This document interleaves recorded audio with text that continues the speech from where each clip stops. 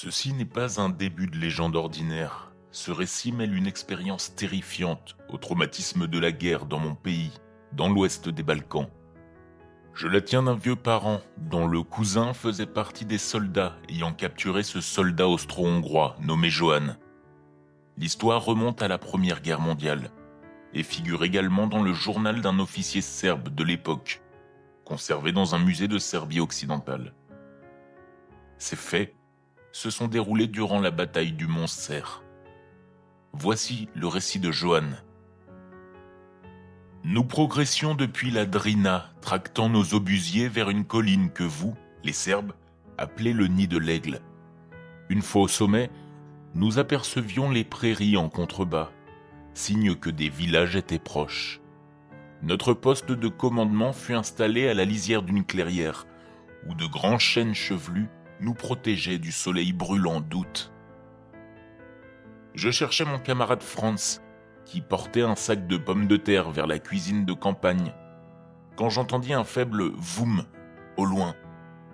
À cet instant, le premier obus s'abattit sur nos positions, juste à côté de l'endroit où les chevaux et les bœufs de trait étaient attachés. Les éclaireurs et l'artillerie serbe nous avaient trouvés. Le deuxième impact frappa près de la tente de commandement. Le troisième, je ne m'en souviens pas. Je crois qu'il est tombé près de moi, me projetant dans un ruisseau voisin. Quand je repris connaissance, il faisait déjà nuit.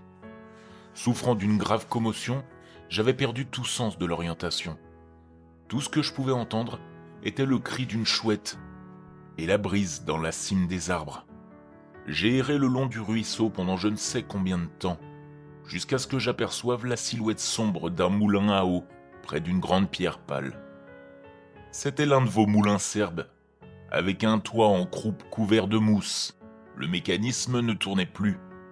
Il semblait abandonné depuis l'époque ottomane. À l'intérieur, il y avait une plateforme de couchage en pierre face à l'entrée. À côté, se trouvait un petit tabouret en bois à 3 pieds.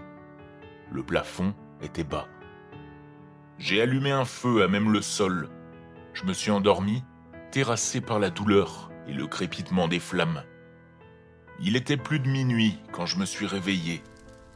En ouvrant l'œil droit, j'ai cru voir quelque chose de sombre remuer les braises.